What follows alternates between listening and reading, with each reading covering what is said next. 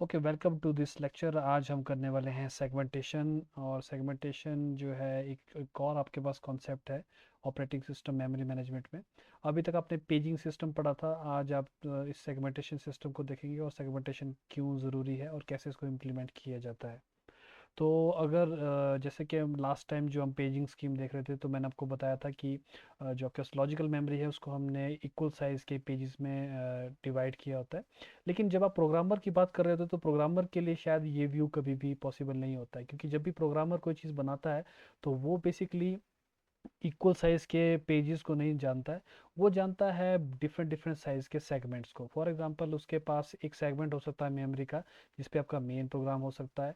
एक सेगमेंट हो सकता है मेमोरी का जहाँ पे स्टैक मेमोरी रह सकती है। एक पोर्शन आपके पास हो सकता है जहाँ पे सब रूटीन स्टोर हो सकती है। तो जो भी आपके पास ये कलेक्शंस हैं, ये आप सोच सकते हो ये सारे सारे वेरिएबल साइज सेगमेंट्स हैं rather than fix size pages. तो सेगमेंटेशन बेसिकली करता क्या है? सेगमेंटेशन क्या करता है, वो आपकी इस मेमोरी मैनेजमेंट स्कीम को रियलाइज करता है और वो आपको एक ऐसा लॉजिकल स्पेस देता है जहाँ पे आपका जो स्पेस है वो इक्वल साइज के पेजेस नहीं है, बल्कि डिफरेंट डिफरेंट साइज के सेगमेंट्स हैं।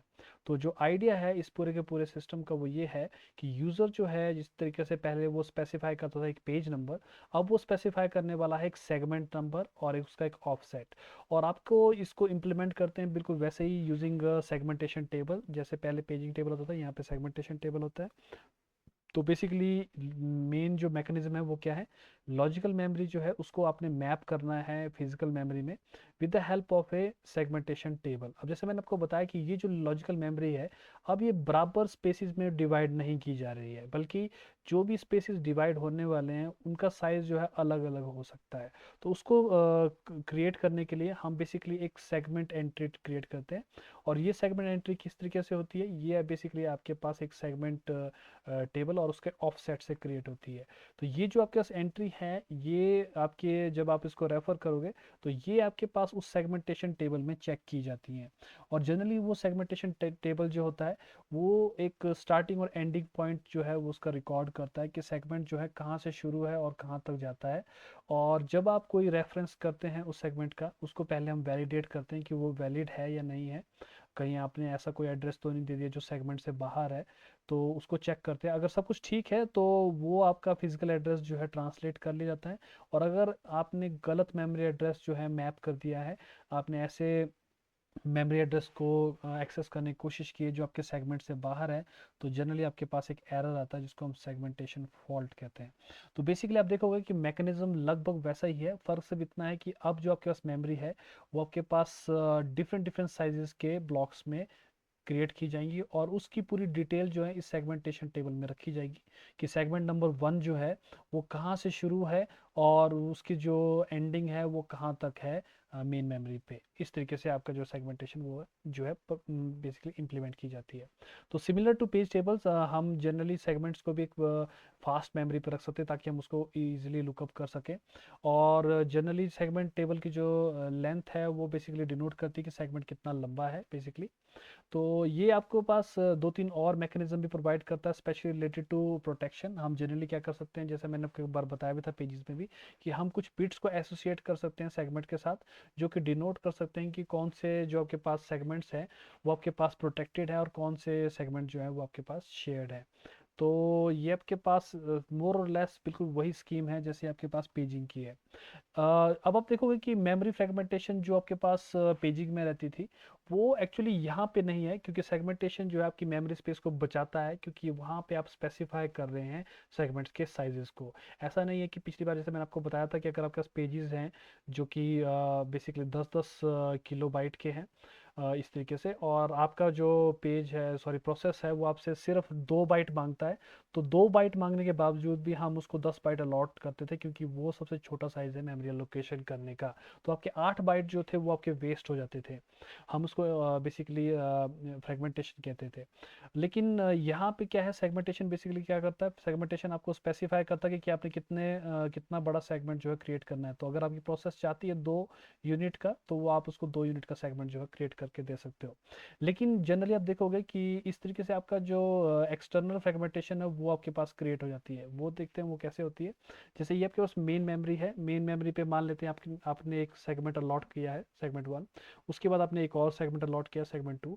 और फिर एक सेगमेंट 3 आपने अलॉट किया। उसके बाद क्या होता है कि आपका जो फर्स्ट सेगमेंट है वो आपके पास फ्री हो जाता है।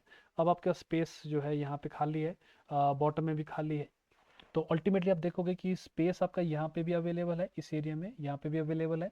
तो टोटल स्पेस आपके पास अवेलेबल है लेकिन कंटिन्यूसली अवेलेबल नहीं है। तो इस तरीके से आपकी जो एक्सटर्नल एलोकेशन है वो फ्रेगमेंटेड हो जाती है।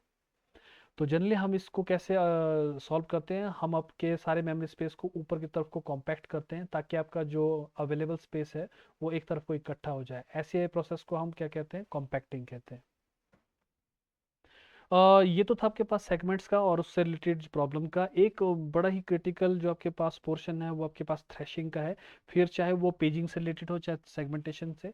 जैसे मैंने आपको बताया था कि पेजिंग जो है इसमें हर जो आपके पास मेमोरीज जो प्रोग्राम्स को लॉट होती है, हम उसको पेजेस में डिवाइड कर देते हैं और पेजेस को हम मेन मेमोरी पे लोड कर देते हैं। कुछ पेजेस जो हैं वो सेकेंडरी मेमोरी पे स्वैप कर दिए जाते हैं।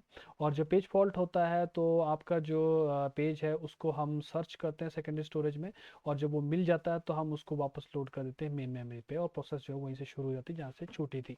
प्रॉब्लम ये है कि जो सीपीयू का पॉइंट ऑफ व्यू है, अब क्योंकि सीपीयू के पास आजकल के मॉडर्न हार्डवेयर में एक से ज़्यादा सीपीयू हो सकते हैं, तो वो ये कैसे कंट्रोल करता है कि कितने प्रोग्राम्स को एक साथ रन करना है, यानी कि डिग्री ऑफ मल्टी प्रोग्रामिंग को कैसे हैंडल करता है। तो जनरली जो आपके पास सीपीयू के मैकेनिज्म रहते हैं वो क्या करते हैं, वो देखते हैं कि आपका सीपीयू का यूटिलाइजेशन कितना हो रहा है। अगर आपका सीपीयू का यूटिलाइजेशन कम है तो आपका सीपीयू जो है नंबर ऑफ प्रोग्राम रनिंग जो है उनको इंक्रीज कर सकता है। अब आप देखोगे कि ये जो टिपिकल सिनारियो है ये किस तरीके से एक ऐसी सिचुएशन में क्रिएट हो सकता है जहाँ पे आपके सिस्टम की परफॉर्मेंस जो है बहुत ज़्यादा डिग्रेड हो सकती है। तो प्रॉब्लम ये है कि अगर मान लेते हैं कि कोई प्रोसेस जो है जो मेन मेमोरी पे नहीं है, तो वो अपने पेजेस को रिक्वेस्ट करने लग जाएगी और पेज फॉल्ट होना शुरू हो जाएंगे। तो जनरली इसमें क्या होगा कि सेकेंडरी स्टोरेज से आपके पेज जो है लोड किए जाएंगे। जब सेकेंडरी स्टोरेज से आपका पेज लोड हो रहा होगा तो आपका सीपीयू उस वक्त कुछ नहीं कर रहा है। तो सीपीयू की यूटिलाइजेशन जो है वो बेसिकली क्या हो जाती है, वो ड्रॉप हो जाती है। जब आपके पास सीपीयू की यूटिलाइजेशन ड्रॉप हो जाती है तो आपका जो ऑपरेटिंग सिस्टम का शेड्यूलर है वो क्या करता है, वो देखता है कि सीपीयू शायद अभी खाली पड़ा है, तो वो नंबर ऑफ प्रोग्राम जो रनिंग है उसको बढ़ा सकता है। जनरली ऐसा करने से क्या हो सकता है कि आपकी जितनी भी प्रोसेस है वो क्या कर सकती है, वो भी पेज फॉल्ट करना शुरू कर देगी क्योंकि नई पेजेस जो है लोड होना शुरू हो जाएंगे। और इसकी वजह से आपका जो सीपीयू की यूटिलाइजेशन है वो उससे भी फर्दर ड्रॉप कर सकती है।